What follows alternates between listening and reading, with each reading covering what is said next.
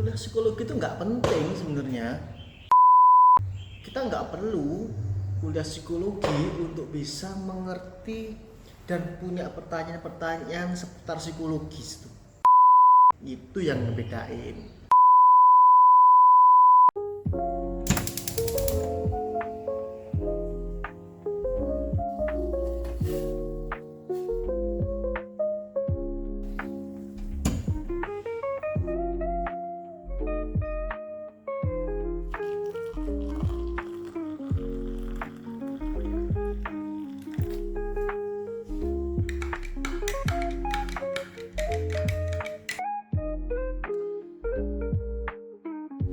Halo, assalamualaikum. Kembali lagi di kuliah malam Rusin yang tadi. Baik, perkenalkan nama saya Rio. Selamat datang di kuliah malam. Teman-teman pernah nggak ketika mau tidur kemudian kepikiran gitu ya? Kepikiran seliwer-seliwer pikiran yang ada di otak kita. Kenapa sih kok kita itu punya kebiasaan-kebiasaan yang aneh? Kenapa sih kok kita itu suka sama seseorang? Kenapa sih kok teman kita punya perilaku yang seperti itu? Kenapa kok kita bisa jengkel sama orang lain? Kenapa kita itu bisa gelisah sebelum presentasi? Kenapa orang itu bisa menyakiti orang lain? Kenapa? Pernah nggak kita sebelum tidur atau randomly gitu kan berpikir atau kepikiran seperti itu? Nah, jawabannya mungkin akan sangat banyak faktornya teman-teman ya. Tapi ada satu keilmuan yang berusaha untuk ngejawab itu semua, yaitu adalah psikologi. Sebenarnya teman-teman gak perlu kuliah psikologi untuk bisa ngerti dan punya pertanyaan-pertanyaan berbau psikologis. Kenapa? Ntar aku tulisin di belakang. Psikologi itu adalah suatu ilmu yang mempelajari tentang perilaku dan pikiran manusia. Psikologi berasal dari dua kata teman-teman, yaitu adalah psiko dan juga logi. Nah, dua kata itu punya awal atau akar kata. Jadi dari bahasa Yunani, psiko itu psyche yang berarti jiwa, loginya itu adalah logos yang berarti ilmu atau pengetahuan atau kajian yang mengkaji tentang sesuatu. Jadi psikologi adalah sebuah ilmu yang mengkaji tentang jiwa manusia. Ngomong-ngomong tentang jiwa,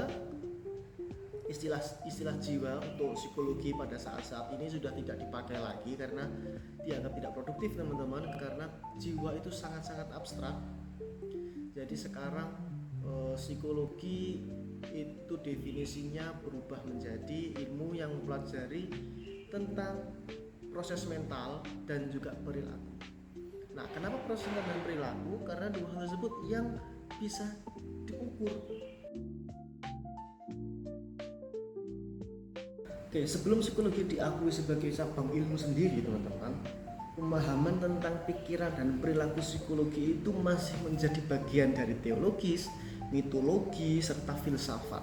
Misalnya di Mesir kuno dulu, gangguan jiwa itu sering dikaitkan dengan roh jahat. Orang-orang itu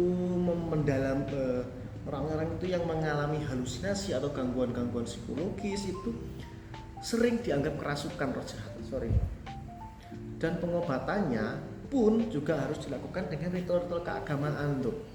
Ya, jadi belum menggunakan metode-metode tertentu, tapi ketika kita itu mengalami halusinasi, kita melakukan gangguan psikologis, itu dianggapnya kita kerasukan sehingga perlu dieksorsis. Bahkan di Tiongkok pun filsafat Taoisme dan Konfusianisme itu berbicara tentang keharmonisan antara batin dan juga emosi dan juga kehidupan sosial. Jadi pembicaraan-pembicaraan yang berhubungan dengan psikologis sudah dibahas, namun belum menjadi ranah keilmuan, hanya berada di filsafat, kemudian mitologi atau teologi seperti itu.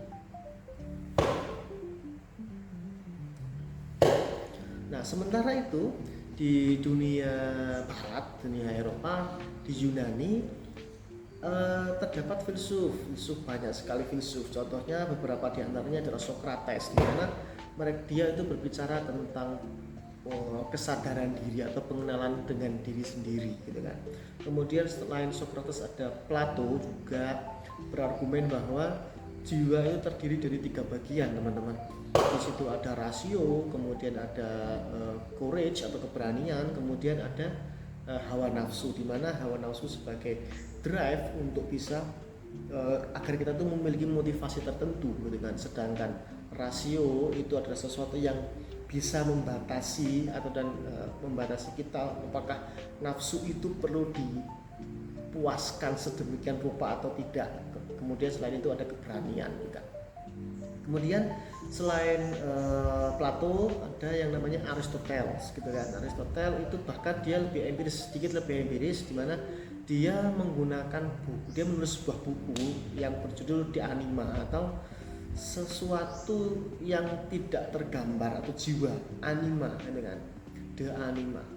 Nah, di mana di dalam buku tersebut Aristoteles itu berusaha untuk menjelaskan pikiran lewat pengamatan indrawi gitu kan. Namun begitu, pemikiran psikologis tersebut masih berada dalam tataran filsafat atau pemikiran, kemudian spekulasi tertentu seperti itu, belum berbasis metodologi ilmiah atau eksperimen ilmiah. Oke, kemudian kita lanjut ke abad pertengahan teman-teman, atau revolusi ilmiah gitu ya. Selama abad pertengahan di Eropa, perkembangan ilmu itu sangat dipengaruhi oleh gereja ya. Gereja sangat mendominasi kebenaran. Kebenaran adalah apa yang gereja utarakan. Apa yang tidak diutarakan oleh gereja berarti bukan kebenaran. Dan jiwa itu pada saat itu dianggap bagian dari dunia spiritual, di mana hanya bisa dijelaskan oleh agama. Orang biasanya nggak boleh ngomong itu ketika ada kejadian-kejadian yang sifatnya itu psikologis, maka harus diselesaikan dengan ritual-ritual keagamaan.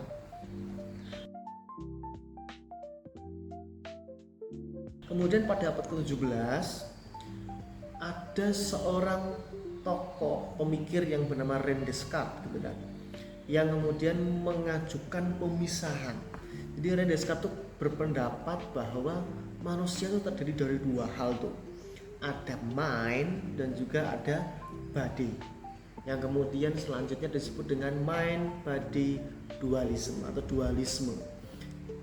Di pendapat dualisme ini adalah manusia itu mind dan badinya itu terpisah. Itu 2 entitas yang beda. Namun meskipun berbeda, dia memiliki ketergantungan satu sama lain.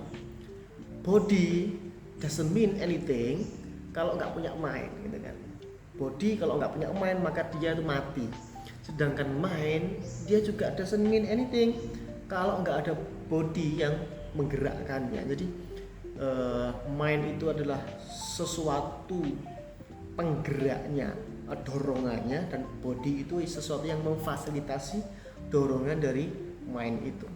Kemudian pendapat ini pada era-era selanjutnya itu menjadi dasar atau membuka ruang bagi diskusi dan juga penelitian-penelitian yang lebih lanjut tentang psikologi gitu kan, atau tentang pikiran.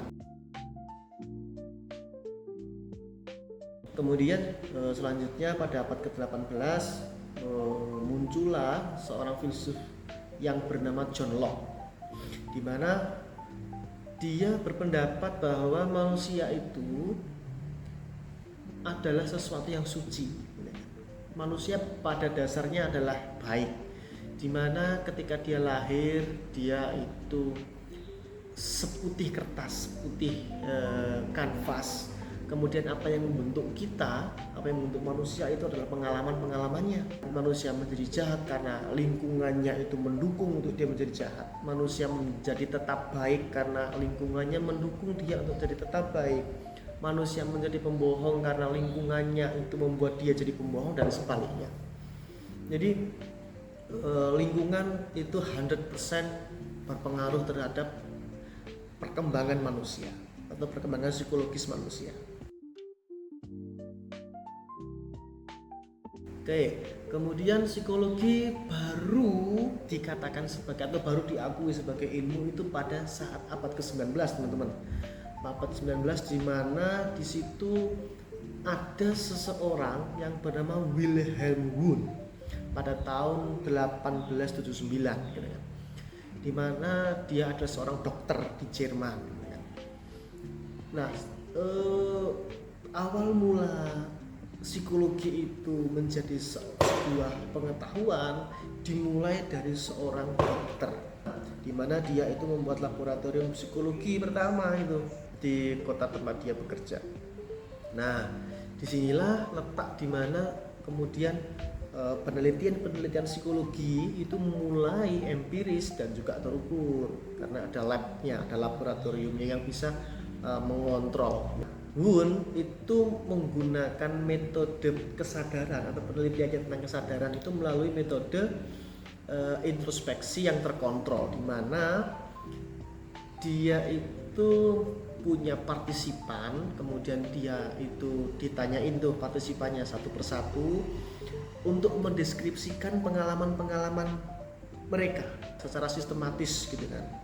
Apa yang menyebabkan dia merasa apa yang menyebabkan dia merasa ini, apa yang menyebabkan dia merasa itu dan sebagainya. Kemudian di breakdown tuh sama Wundt, di breakdown dia berusaha untuk menemukan rumus daripada pengalaman psikologis setiap manusia. Kadang-kadang manusia merasakan pengalaman psikologi A itu disebabkan karena ada emosi A plus emosi B plus emosi C, maka A plus B plus C sama dengan pengalaman ini dan sebagainya. Contohnya seperti apa pengalaman dan seperti itu dan seterusnya. Ibaratnya seperti kalau kita itu mengetahui tabel periodik, ada satu atom H atau hidrogen ditambah dua atom hidrogen ditambah satu atom oksigen itu menjadi H2O yang kita kenal sebagai air, ya. Dimana hidrogen itu pertama semula berbentuk gas, oksigen itu juga berbentuk gas, ketika disatukan menjadi bentuk cair, bentuk yang baru gitu kan. Nah, Wundt dengan background pendidikan sebagai dokter dan juga saintis, dia berusaha menggunakan istilahnya cara pandang yang serupa tentang itu untuk pengalaman psikologi manusia. Yang kemudian cara pandangnya Wundt itu kemudian karena dia itu juga menggunakan metode-metode yang empiris, meskipun ada tetap subjektivitasnya, dia dianggap sebagai bapak psikologi modern. Jadi Wilhelm Wundt itu adalah bapak psikologi modern. Gak lama setelah itu ada seorang yang bernama William James. William James itu dia mengembangkan fungsionalisme, di mana pendapat dari William James itu adalah segala pikiran manusia atau segala tindak tanduk manusia atau yang kita pikirkan gitu kan, itu hanya berorientasi untuk satu hal dalam ranah yang lebih luas ya. Itu satu hal, yaitu adalah adaptif. Manusia selalu berusaha untuk mengembangkan pikiran dan perilakunya agar dia adaptif dimanapun dia berada, di zaman apapun dia berada. Oleh karena itu, manusia pada zaman dahulu mereka beradaptasi dan berperilaku berbeda dengan manusia zaman sekarang, karena pikiran dan juga perilakunya itu berusaha beradaptasi, berevolusi terus menerus agar apa? Agar kita itu adaptif. Oke, kemudian gak lama setelah itu juga muncullah seorang tokoh yang sangat kita kenal dalam dunia psikologis, yaitu adalah Sigmund Freud, ya kan. Dia juga seorang dokter tapi nggak dari Jerman, dia dari Austria gitu kan. Dia memperkenalkan pendekatan yang namanya psikoanalis gitu kan, di mana pendekatannya itu menekankan pendekatan alam bawah sadar, kemudian konflik masa lalu, konflik anak-anak, kemudian mimpi juga gitu kan. Nah, ada cerita unik tentang Sigmund Freud, tapi kan kita bahas lebih lanjut di pertemuan berikutnya. Oke, selanjutnya selain Sigmund Freud, selanjutnya ada John B. Watson gitu ya. Dan juga P.F. Skinner, di mana dia mengembangkan pendekatan behaviorisme. Pendapat behaviorisme itu sekaligus mengkritik pendekatan-pendekatan sebelumnya, gitu kan. Di mana pendekatan behaviorisme itu beranggapan bahwa kita nggak bisa measure sesuatu yang sifatnya itu nggak nampak. Kita nggak bisa measure pikiran, kita nggak bisa measure proses berpikir, proses mental gitu kan. Yang bisa kita ukur adalah apa? Sesuatu yang termanifestasinya itu, yaitu adalah perilaku atau behavior. Sehingga P.F. Skinner dan juga John B. Watson itu memiliki pendekatan behavioris, di mana titik tekannya itu adalah perilaku yang dapat diamati dan dapat diukur oleh orang lain. Tentu saja setiap aliran ini atau pendekatan ini atau biasa disebut dengan mazhab psikologi ini itu punya POV yang berbeda-beda, namun satu sama lain saling melengkapi teman-teman ya. Ada yang dia melihat dari menyorot dari sisi subconscious atau alam bawah sadar, ada yang memotret dari sisi yang kelihatan yang seperti apa, ada yang memotret dari sisi yang lain dan sebagainya. Oke, kemudian kita masuk ke abad 20, di mana psikologi itu mulai berkembang pesat dan riset-riset psikologi itu juga sangat berkembang sangat pesat, gitu kan. Dimana di situ ada aliran yang selanjutnya, yaitu adalah aliran humanistik. Yang terkenal tokohnya adalah Carl Rogers, gitu kan. Dimana dan juga Abraham Maslow, tapi ketika kita nyebut humanistik biasanya yang terlintas adalah Carl Rogers. Kalau motivasi kita yang terlintas adalah Abraham Maslow. Jadi mereka sudah punya branding sendiri-sendiri itu. Pendekatan atau aliran humanis itu menekankan bahwa adanya pertumbuhan pribadi atau kemudian aktualisasi diri, kemudian pemaknaan hidup dari setiap individu itu berbeda dan kita perlu untuk memfasilitasi itu, gitu kan. Nah, pendekatan itu lahir sebagai reaksi sebenarnya juga. Jadi reaksi terhadap apa? Reaksi terhadap pandangan-pandangan negatif dari psikoanalis dan juga behavioris. Jadi ketika psikoanalis itu memandang sesuatu itu dari sisi negatif, itu gangguan ini, gangguan itu, gangguan ini, behavioris juga seperti itu, maka psikologi humanistik itu lebih positif. Setiap manusia perlu untuk dikembangkan. Psikolog itu perannya adalah untuk memfasilitasi setiap individu menemukan dirinya dan sebagainya. Jadi kemudian terapinya disebut dengan client center, di mana psikolog bukan menjadi pusat dari terapi, yang menjadi pusat dari terapi adalah manusia itu sendiri atau klien sendiri.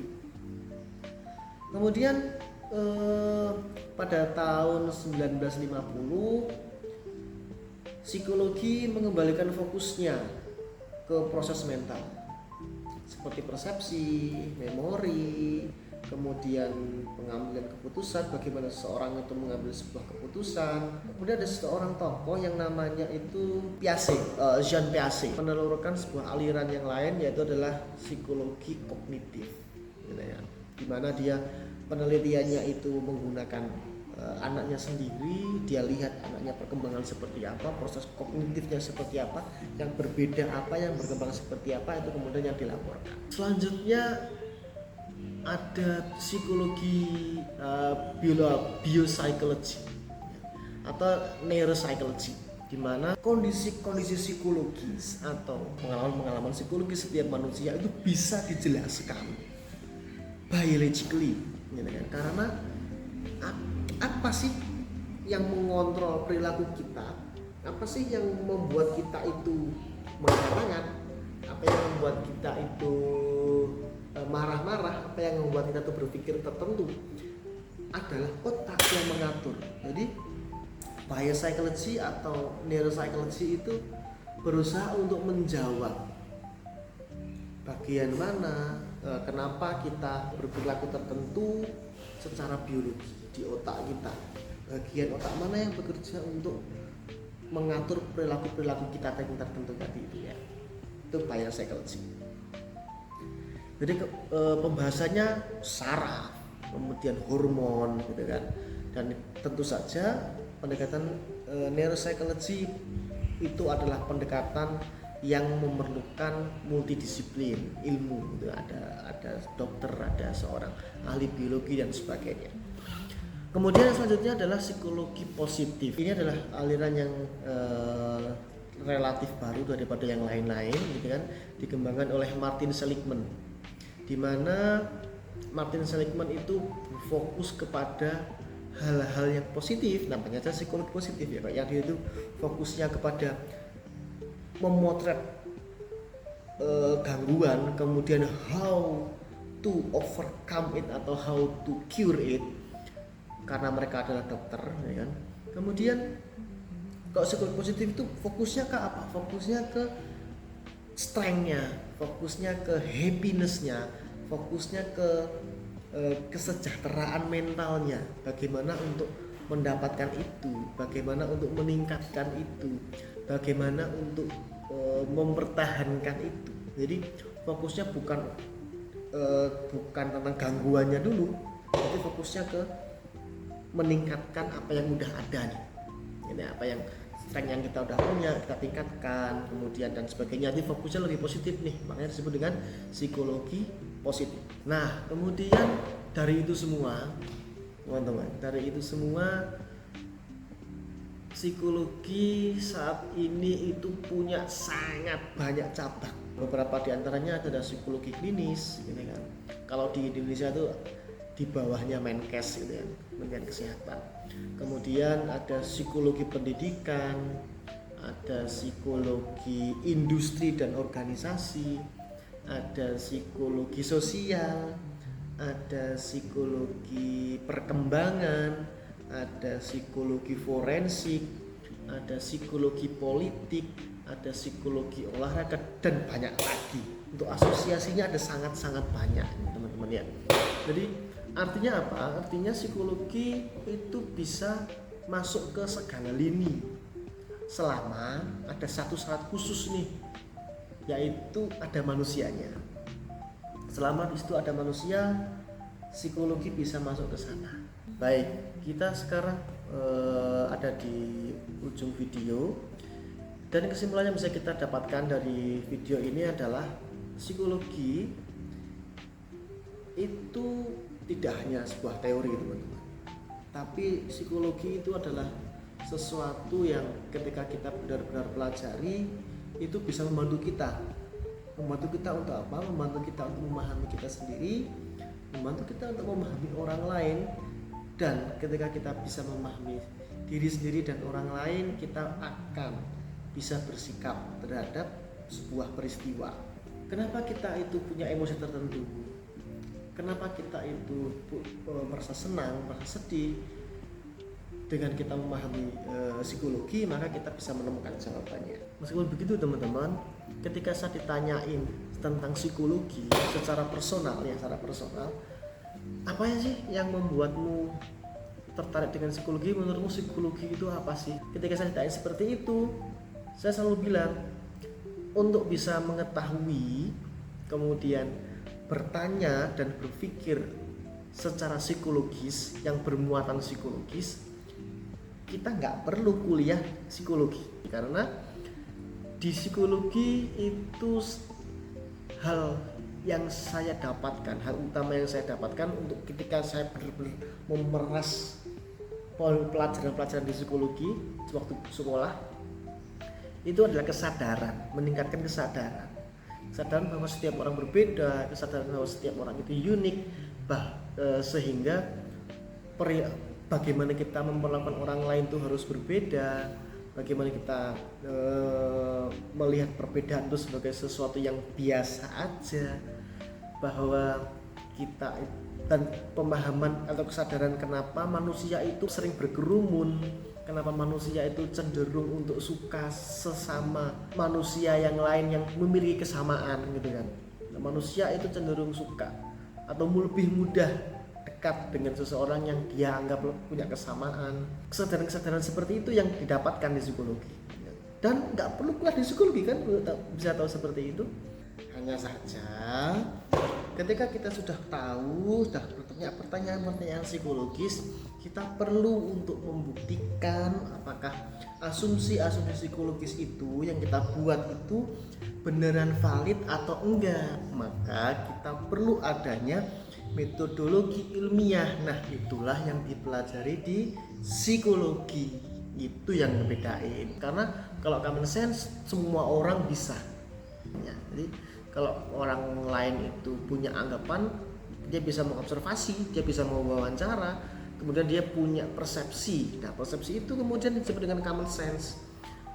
Di psikologi ada penelitiannya, diuji apakah itu beneran seperti itu, beneran terjadi seperti itu, dan itu real seperti itu, valid seperti itu atau tidak. Jadi ketika kita kuliah di psikologi, kita bisa tahu apakah itu common sense, apakah itu valid seperti itu. Baik, mungkin sekian saja pertemuan pada malam hari ini. Assalamualaikum.